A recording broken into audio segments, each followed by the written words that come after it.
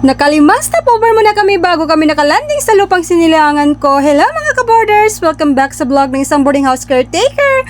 So nag-break time muna ang caretaker niyo mga ka-boarders. Siyempre, bago maging makatotohanan ng lahat, bago may sikatuparan ng aming 2 araw na bakasyon, nagpaalam kami sa aming amo at check. Pinayagan kami agad mga ka-boarders. So after 3 years ngayon lang ulit kami nakauwi sa lupang sinilangan ko. Bakit? Kasi mga ka-boarders, noong 2023 sa parehong buwan din, inabuntis ako sa bunso namin. So bawal na akong bumiyahe. So anyways mga ka-boarders, first stopover namin ay nagpa-brake check tong partner ko sa two wheels namin para maging panatag ang aming paglalakbay. Second stop, ito kumain kami sa isang fast food chain sa Carigara, Leyte kasi mga 9:40 na ng umaga, baka nagutom na itong mga junakis namin. Kumain naman kami bago umalis pero kunti lang. Anyways, favorite na kainan pala ito namin mga ka-boarders kasi sobrang sulit na mga service nila at kaya pa sa budget. Yung in-order ko nga lang dito ay pork sinigang, pansit canton at 3 cup ng rice, umabot lang ng 200 plus. Kasya na sa aming 4 kasi yung mga sobra ng mga anak ko ay ako ang kumakain tapos ang partner ko naman pinadiet ko muna. 1 cup of rice lang muna siya, saka na siya mag-plus-plus kapag nasa bahay na siya. So third stopover sa isang supermarket dito sa Cananga, Leyte. Namili lang kami ng mga lulutuin at pagkain namin. Sa nakikita nyo ang daming tao at ang haba ng pila, pero mga ka-boarders, grabe ang hina ng aircon nila. Fourth stop, nasa Cananga Public Market na kami. Nakalimutan ko sandali na vlogger pala ako. Wala akong video sa pamimili namin kaya nag-video na lang ako habang tumatambay sandali habang hinihintay tumila ang ulan. Buti na lang may nagmagandang loob, binigyan kami ng maupuan. So ito pala mga pinamili namin, hindi nyo na makita na maayos kasi nakasupot na. Mga karni po yan, isda, gulay at mga ricado. Ganito lagi kami kapag umuwi, laging may bitbit para pagdating sa bahay meron kaming pagsasaluhan. I-flex ko nga ng konti ang public market ng Cananga, Leyte, namangha ako kasi ang linis. Well done mga Cananganyans. Pang-5 stopover at panghuli na talaga ay sa Barangay Balagtas, Matag-Ob, Leyte.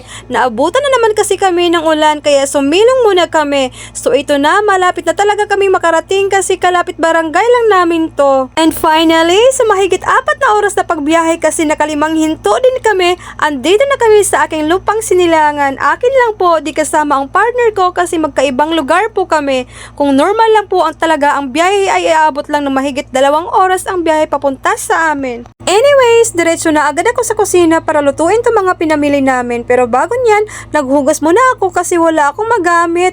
Dami nakatangbak na hugasan. Pagdating kasi namin ay wala dito ang mama ko. Ang naiwan lang sa bahay ay ang pamangkin ko at ang kuya ko nakakauwi lang din galing sa Manila. Kaya alams na kung bakit nakatambak lang ang mga hugasin dito. Miss ko talaga ang buhay probensya, yung nasa bukid, yung lahat simple at sariwa. Para akong napatrowback. Ang dami nag-flashback sa memories ko nung kabataan ko.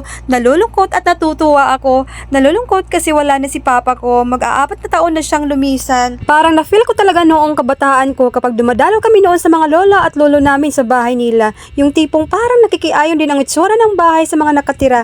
Naluluma mga gamit at wala sa ayos. Ang nakatira lang kasi dito sa ngayon ay ang mama at ang pamangkin ko. O ito mga ka-boarders, isa sa patunay na nasa bahay ka ng lola at lolo mo, ang tinughong. Ito ay lumang kanin na nilagyan ng kaunting tubig. So habang pinakukuluan ko pa ang karne ay magsasayang muna ako. Nahirapan pa ako nitong isaksak ang wire nito. Buti na lang talaga dumating na ang mama ko.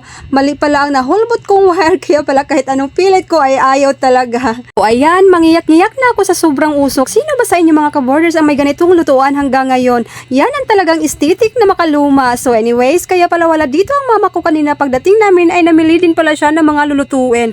Kasama ang asawa ng kuya ko. Nakalimutan ko palang banggitin sa inyo mga ka-boarders na bisperas po ngayon dito sa lugar namin at bukas pa ang fiesta.